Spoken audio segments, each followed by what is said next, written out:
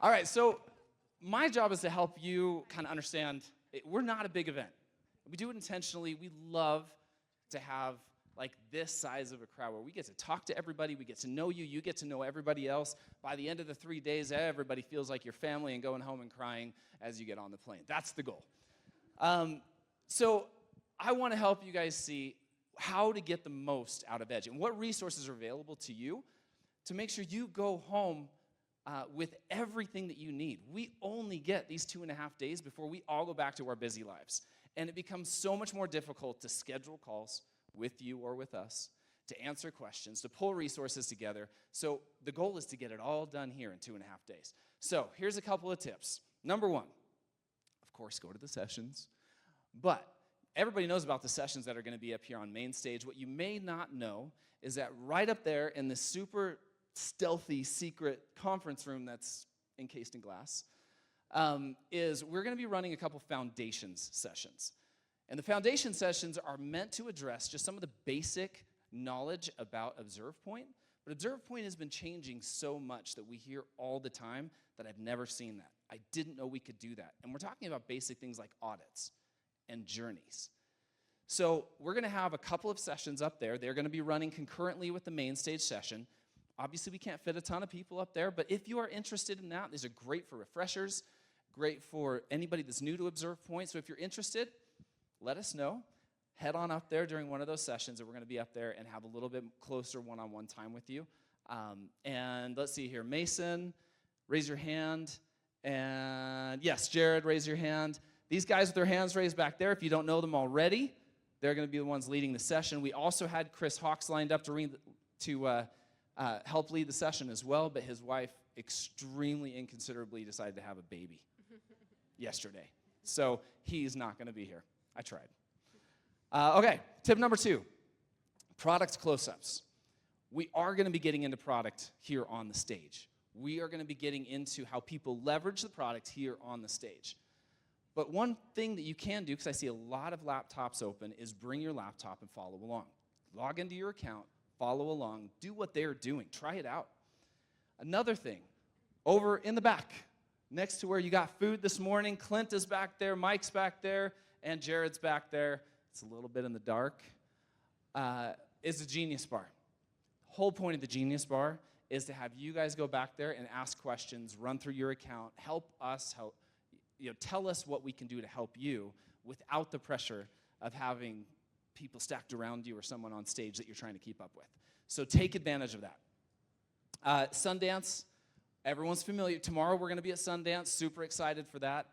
We're going to be there all day. Afternoon is scheduled for activities. During the activities, if you are not signed up, or if your activity gets done early, or if you just don't want to go on an activity, we're going to have the Genius Bar up there. We'll go over anything you want to in the product. We've got all afternoon to do it. And we'll also be having some topical conversations that you can jump in on as well. So take advantage of that. And then lastly, if you've noticed, this is John's personal garage. My garage looks a lot different.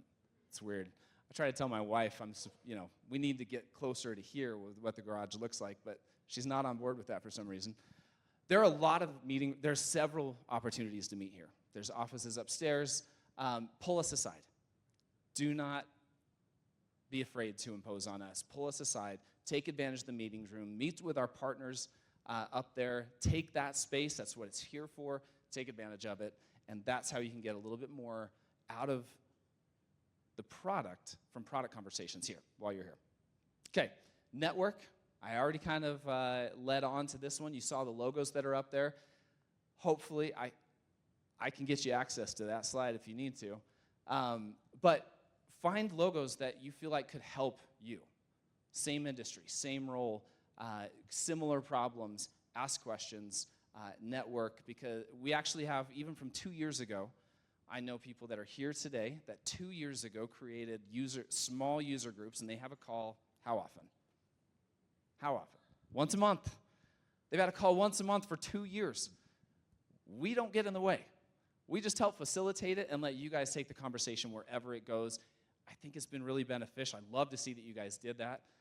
Feel free. That's why we network, right? So take advantage of that. I already mentioned impose on our time. I have put the names and faces of all those people that you should go seek out while you're here. The names aren't up here. Don't worry about their names. You see their faces. Seek them out. Do not worry about imposing on our time. This is 1,000% the entire reason we are here this week is for you guys. So don't be shy. John already mentioned that he wants to dedicate his time to meeting with you as well. So instead of having John up on stage, John's got his office in the far back corner, and he's made it open to meet with any of you guys.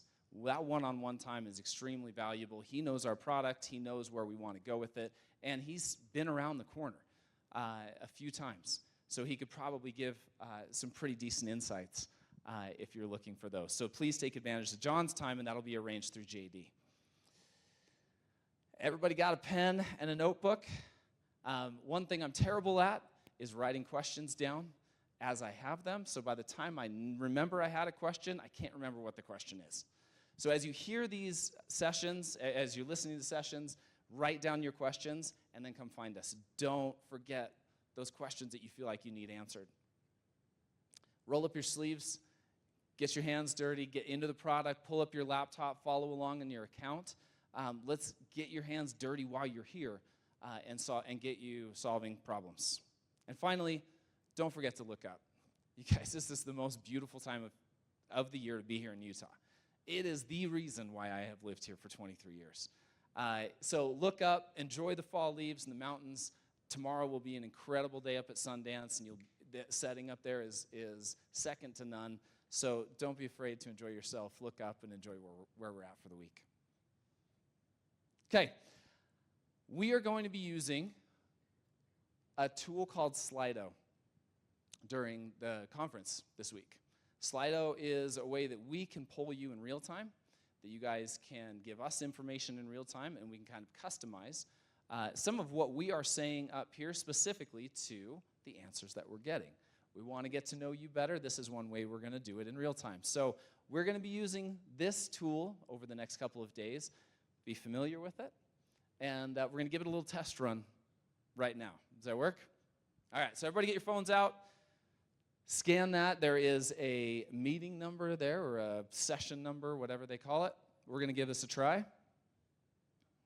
Simple things. I already did the hard questions. The hard part's over, you guys. The rest of it's easy from here. All right. First question. Is everybody ready? When you're ready, go ahead and go to that first question and tell us your job title. All right, we've got a couple already coming in. There we go. Keep it coming.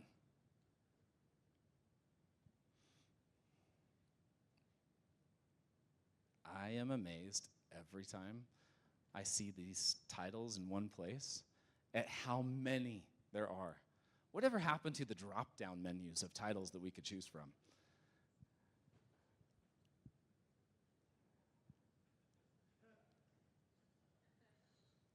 All right.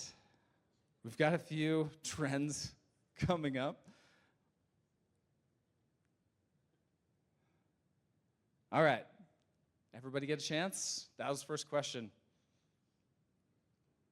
Second question, you ready? We're going to move on. Second question, here we go. How long have you been in your current role? Doesn't have to be at the same company. Could be at different companies.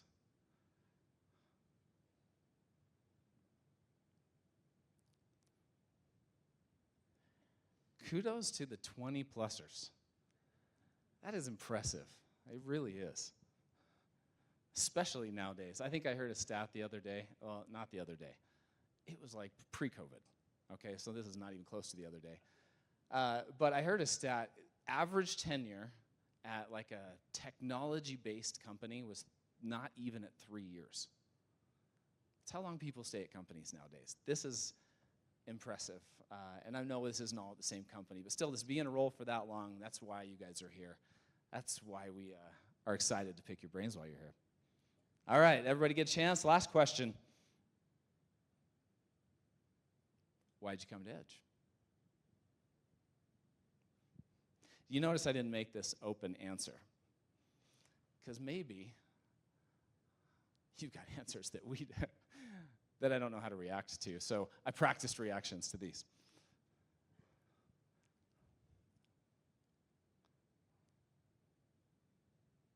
All right. We've got a race here at the top. Okay. All right. Easy enough, easy tool to use. Any questions about how to use this? Okay. I did prepare this ahead of time, but I kind of knew what we were getting into when I asked the roles question and what your title was. There are some consistencies, but you guys, one of the reasons why we want to make a point of having this week is because web governance, as we like to coin it, is not easy. This is not something that is specific to any one role in an organization. It is not something that is cookie cutter and is the same across industries, organizations, roles, and companies. It's different everywhere we go. What we want to do is provide, John mentioned his vision is a flexible platform that enables you to manage your version of web governance regardless of where you are.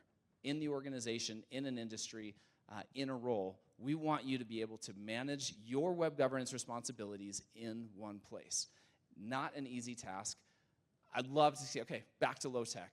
Back to low tech. We're going to use hands, so feel free to keep your phone in that hand, but just raise it up. Can any of you guys think of a role that does not have a stake in the website in your companies?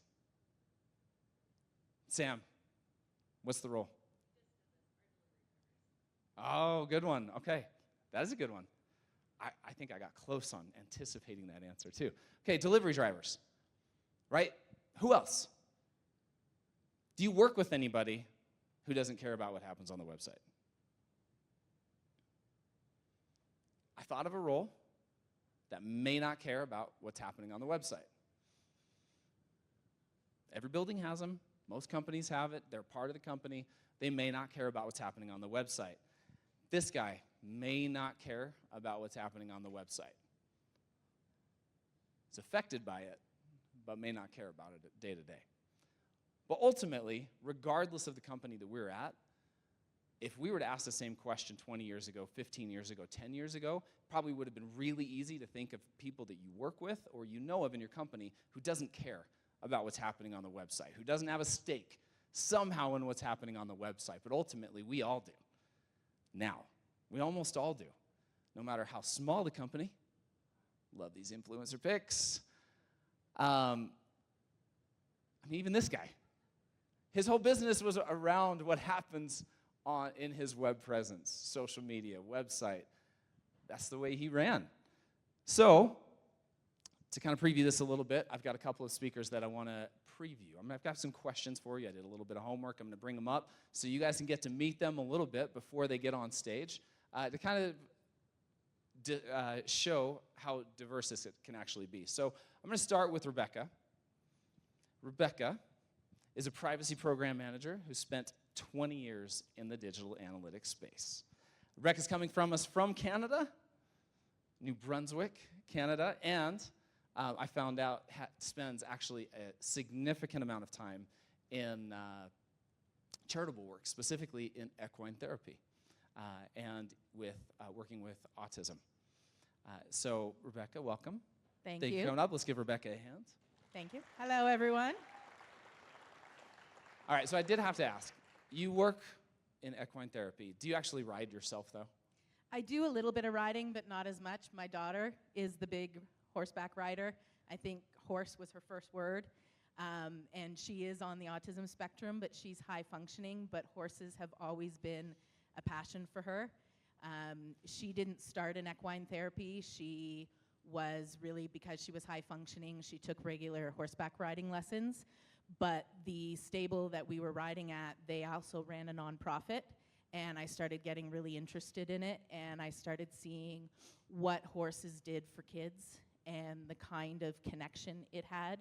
And so as I was telling Kyle yesterday, I could have a bad day at the office, something goes wrong, whatever, but I show up there and everything goes away and you just see the connection that the horses have with the kids and those kids who are nonverbal and the way they communicate with one another. It fills your cup, it fills your heart, and there's nothing better. That's awesome. That's great. Thank you. Okay, so back to a work-related topic. What's your title right now? Sorry, what's my title? I'll go back. Senior Privacy Program Manager. Fancy word for essentially saying I am responsible for the sales and marketing tech stack and privacy compliance. Okay, what does that have to do with ObservePoint? Like, why are you even privacy compliance? We did see we get to talk to privacy compliance pretty often, but you didn't start in privacy compliance, did you? No, I didn't. And in my presentation, I'm going to talk a little bit about my career path in a little unconventional way, how I got here. But privacy compliance and the website go hand in hand. Really, privacy is so important. Your website is visible. Your website is easy for people to take a look at and see if you're compliant. And we're going to talk a little bit about the Pen Register lawsuits. We're going to talk about cookies, not so much in depth because there are some great sessions on cookies later, but privacy is your brand. Privacy builds trust. And when people come to your website, if they are able to see that you are compliant, you're going to build trust. When you build trust, you build brand awareness. So it goes hand in hand with the website, with marketing, and everyone should be partners. Awesome, love it. Speaking of partners, who do you work with? I work who with are everyone. Your partners? Everyone, and that's what we're going to talk about is the importance of building cross-functional teams. So I work with the marketing team, I work with the IT team, I work with our developers, I work with the rest of the lawyers, I work with our CMO, I work with the sales team, I work with everyone at the company because everybody uses data. And it's really important that everybody knows how to use data in a compliant way. Awesome. All right. Quick preview. Name one win that you've had with a partner outside of one of those partners that you just mentioned. So really our website, and again, we have a use case on it in the presentation, but bringing our website to compliance for cookie consent. There's some stats in my presentation. Most websites, and no one should be ashamed, but most people aren't compliant. And it's not for lack of trying, it's because it's a complex topic. And so I'm really proud that both when I was at Accenture and here at Rubrik, I can say that our websites are compliant. That's awesome. How big is your site, by the way? Like, roughly how many pages? We have a huge site because we do a lot of marketing, a lot of events. So we're probably upwards of 10,000 pages. Okay.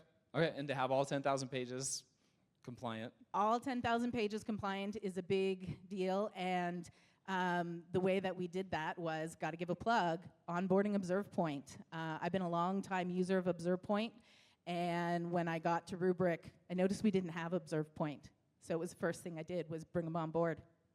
Awesome. That was unprovoked, by the way. That was a voluntary plug for ObservePoint. I have a few of those in my presentation. I love ObservePoint at heart. Love it. And I'm sure you guys can imagine, I don't know how many of you are familiar with how many pages you have indexed or that are part of your website, or your ecosystem.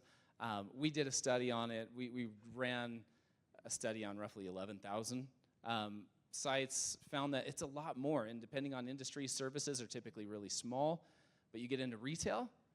Sam, you're in retail, how many pages on? Easily over 100,000. We can easily get north of 1 million pretty dang fast. So to get your arms around that is way more than one person is capable of. Absolutely.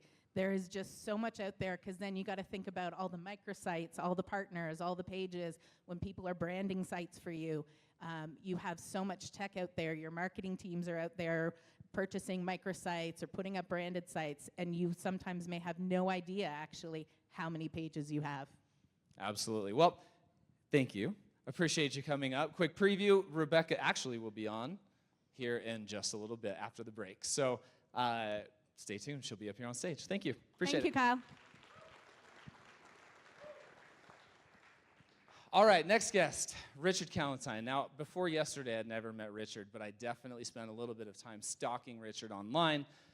Richard's coming to us from Fort Worth, Texas, via New York-ish.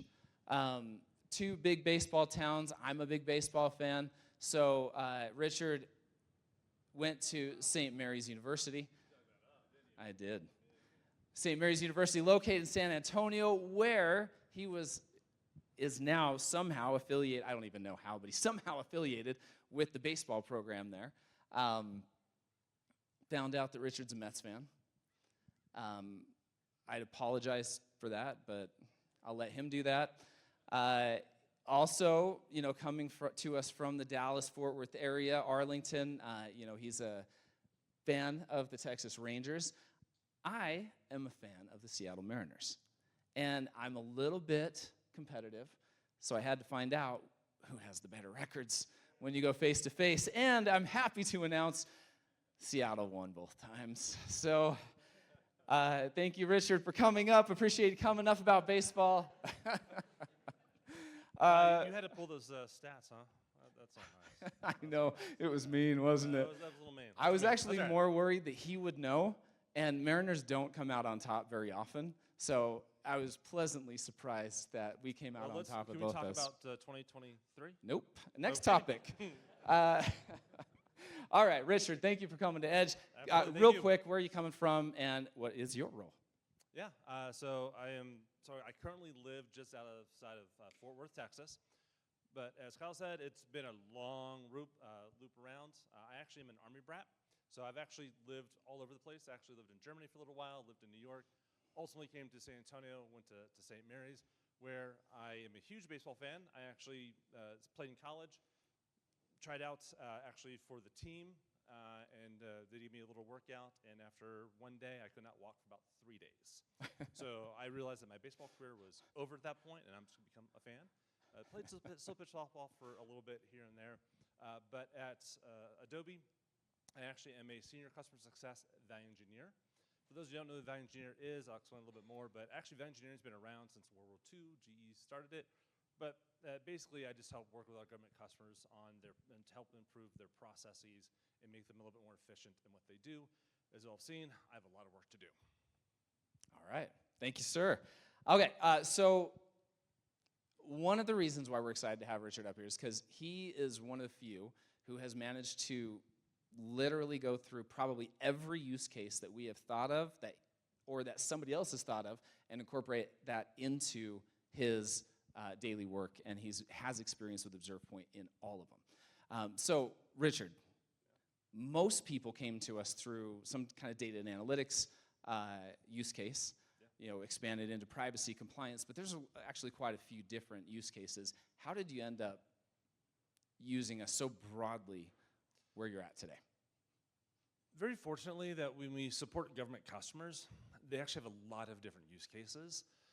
Come from privacy compliance, cookie compliance, which I'm actually going to talk a little bit about in my presentation as well. But we also, so if you think about from a government perspective, everybody in this room hopefully has a driver's license or some sort of ID that you have to go onto the government website. You have to fill out a form. The number of PDF documents that are on government websites is unreal. I have one of my customers actually in California that they use AM Forms. They have a forms portal that has over 15,000 forms on like 100-something pages that they actually go and manually check every quarter to see if they're actually still working, actually available for their citizens to actually go and use. So we figured out a way to, which we'll talk about a little bit later in my session, how to actually automate that process for them. And we'll actually talk also about DoD. One of my co-speakers over there, who I affectionately call as my customer Zero, will actually talk a little bit about her government customers from the Army perspective of how they actually utilize forms, and we'll actually have a very interesting story about one of the forms we actually found on their website that we found it because through ObservePoint. Oh, awesome. Well, when you have to manually comb through 15,000 forms and thank the government, no offense to anybody who actually is working at the government, but thank the government for that efficiency. Easy to miss one, right? Yes, I said we have a lot of work to do. Yeah, just a little bit. Richard's you've also been involved in helping us in terms of beta programs. Absolutely. Can you tell us a little bit more about what you were involved with, how that evolved? Yeah, so again, we'll talk a little more about the PDF. So through the script services team, the awesome script services team, which again, I'll talk about here a little bit later, they're able to develop some custom scripts for us to actually scan and pull those PDFs down. Because of that, some of the PDFs, the PDF reports are actually now going to start being included inside of the ObservePoint tool interface itself. Love it. That's awesome. Actually, right in line with one of the visions that John has repeatedly mentioned, to us internally and to me specifically and to Dave, is that he doesn't want to define all the use cases. That is not what he wants to do. What he wants to do is provide a platform to have you guys help us figure out what those use cases are, because we are not in your jobs day to day. We're not in your companies day to day, and you all have unique situations, unique challenges that most likely somebody else is facing. So when you come to us with a problem like that, and we're able to help, we work with you to develop a solution, it can very easily turn into a feature or a part of the product that can benefit everybody else. So again, kind of a plug for that and how we want you to communicate with us is we want to know about these things. We want to know how you're using the product, because the way you're using the product most likely can benefit somebody else, and you're going to think of things that we won't. And that's when we know we've done our job, is when we can still accomplish that task. Yes. And we didn't intend to. Yeah, and we actually expanded the use. So yes, we use ObservePoint to scan the websites, but we actually even use some JavaScript files outside of ObservePoint to actually pull all the metadata from the PDF document itself to do all the reports. And for those of you who attend my session, you'll actually get a QR code. You can actually download the template. Once you run all the scripts, you actually download the template that I'm going to give to everybody that you can actually use for your PDF reports if you'd like to. Love it. All right, thank you, Richard. Appreciate it. Thank you. Appreciate it. Looking forward to your session later on this afternoon. All right, last but not least is Allison Marks. Allison is, let's see here. Okay, she was a tough one, you guys. Okay, Allison is coming to us from Atlanta, right? Atlanta area. Allison is one of those unique individuals that is both a left brain and a right brain. And her history, your experience shows that. A little bit of digging. Allison, obviously, background in data and analytics, but she is also extremely creatively talented as a musician. You're an oboist. Plays with the, I got to get this right, the Atlanta Wind Symphony, as well as, graphic designer and an oboist for the Atlanta Concert Band. I don't know who does both of those things, but it's super impressive. I am not a musician myself, so I can't help but be impressed by people who are. Also in I think it's your LinkedIn picture, you're wearing a, Girls Can Code shirt or coding rules or something like that. So, that left brain, right brain, super impressive. Real quick round of applause because I spoke too long.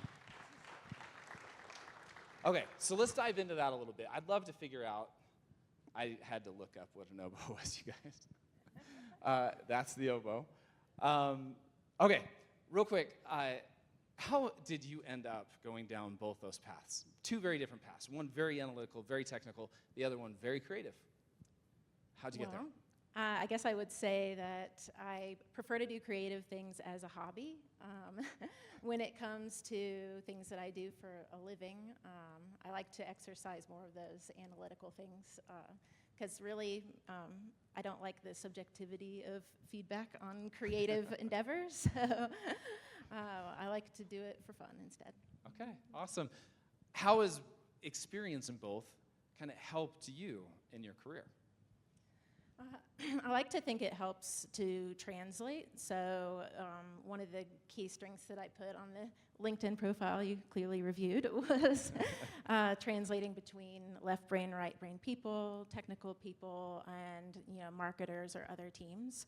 So I think using that ability to understand their concerns, really listen to them, and then convey a message in a way that resonates with them is really important. That's awesome. Spoiler, Salvation Army is one of the groups that you've worked with, And in your role, tell us a little bit about that particular case and kind of why that was significant in what you were able to accomplish with them. Yeah, the Salvation Army is undergoing a website redesign, and in the past they've had about 700 different URLs and subdomains that exist, and they're collapsing all those down into one. That should be, according to our developers, a migration of about 250,000 pages, and we're undergoing that right now.